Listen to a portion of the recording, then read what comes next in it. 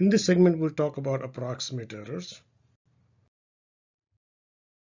So in a numerical method, the error can come from truncation error or from or/and from round-off error. Truncation error is where you're approximating a procedure. For example, you're trying to find the value of a series, sum of a series, and you're only taking a finite number of terms. That is a type of truncation error. And round-off error is coming from approximating numbers. So in any numerical method which you're going to use to be able to solve a problem, what you will have to do is you'll have to identify where the error is coming from. You have to then quantify that error, and then of course minimize that error as per your needs. So in this segment, we are going to basically concentrate on the quantifying of the error, and the error which we're going to talk about here is approximate error. And in a numerical method, you won't be privy to the true value because that's why you're using a numerical method in the first place. So in an approximate error will mean that, hey, maybe you're using some kind of an iterative procedure where you have some kind of approximation and you had a previous approximation. And what you're trying to do is trying to, based on that, you might be able to define what an approximate error is. So let's go and define approximate error, and then we'll go through an example, which will be a better way of figuring out what this all is about. So the approximate error, which is denoted by E sub A, is equal to present approximation minus the previous approximation. That's what we call it.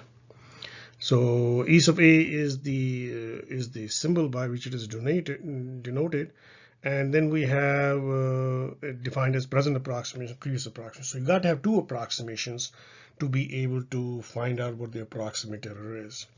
And it'll be clear once we do an example. So let's go ahead and do that. So let's go and take an example of the approximate error. So here we are given that we are defining the derivative of a function by this approximate formula. And then we want to find out the derivative of this function here at x equal to 2.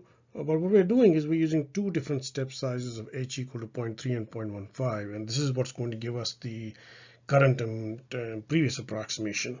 So we're going to say that, hey, this one will give us the previous one because larger step size, and this one is going to give us the present approximation.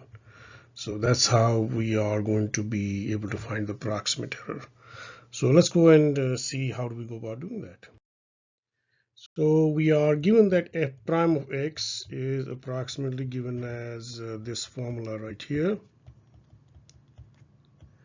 And what we're going to do is we're going to start with our previous approximation, which will be obtained by using a step size of 0.3. X is of course 2. So that gives us f prime of 2 equal to this quantity right here.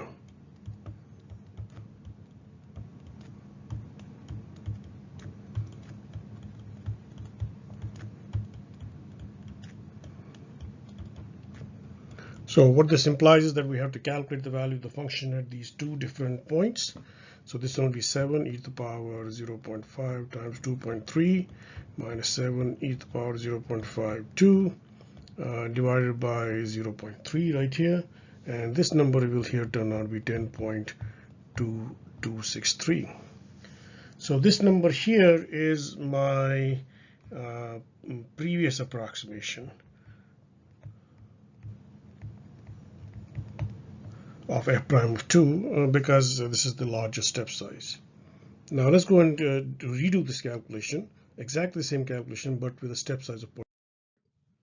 So again, we have f prime of x, which is approximately equal to this quantity, right? And f prime of 2, so x is 2 and h is 0.15. Based on that, will be this quantity right here.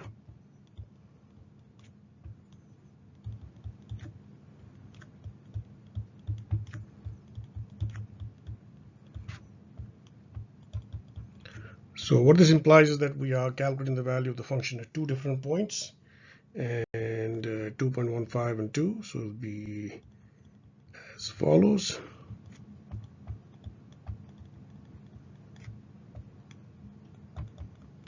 And this value here will turn out to be 9.8800. So this is our current approximation.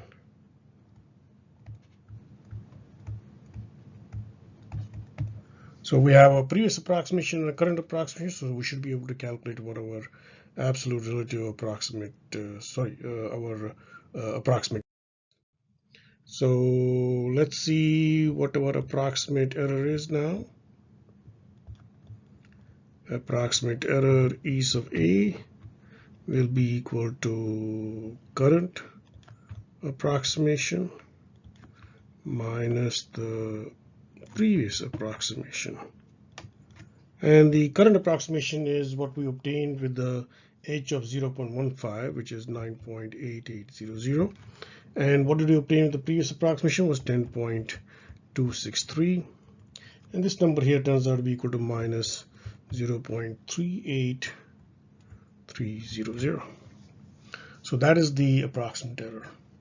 Now, if somebody asked you that, hey, this approximate error looks small or large, that might be something which just by looking at the number itself may not give you a good glimpse. So for example, if the same example which we just did, we had 7 e to the power 0.5x. So let's suppose somebody changed the only one thing in the whole problem and said, hey, your function is this. They just instead of 7, they put 7 times 10 to the power minus 6. Do you know what's going to happen to the approximate error? The approximate error is going to be 0.38300 times 10 to the power minus 6. So just by doing a slightly different problem, you may think that, hey, this number is so small, so the approximate error is small. So that's why in order to get a good glimpse of how much really the approximate error is, what we do is we talk about something called the relative error. So the relative approximate error, which is denoted by epsilon A, and that is defined as, hey, what is the approximate error divided by the current approximation. That's it. So what that will give you is a relative sense of how much error do you really have. Let's go and take the same example and say, hey, let's go and calculate the relative approximate for the same example as we had before and see that, hey, is it any different? What do we gather from there?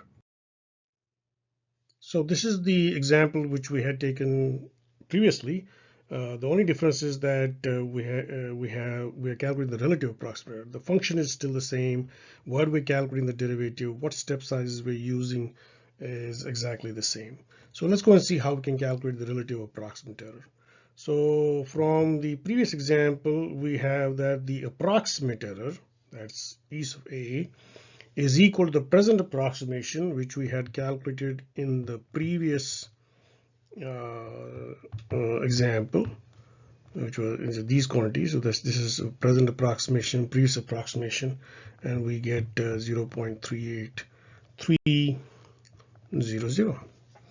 So now the question is that, hey, what is the relative approximate error? What is the relative approximate? Let's go and see this.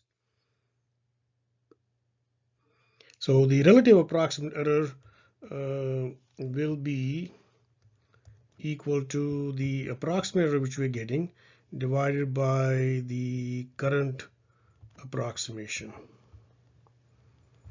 So we just found out that the approximate error is this.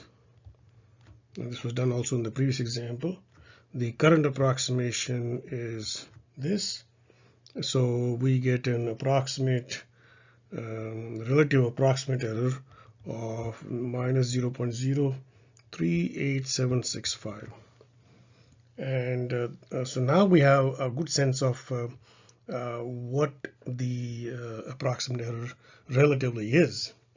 And many times you may be asked to write down epsilon a as a percentage, so it'll be just multiplying this number here by 100, so you will get 3.8765%. Many times they may ask you to calculate the absolute relative approximate error. Then in that case, it is just the magnitude of the numbers.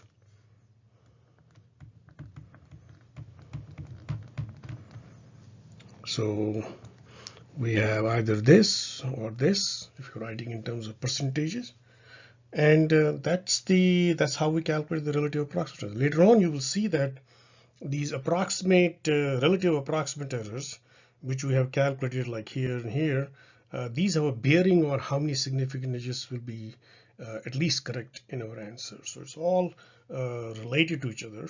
So don't look at this as an isolated case. And you are going to be talking about true errors, relative true errors, approximate errors, and relative approximate errors throughout the course.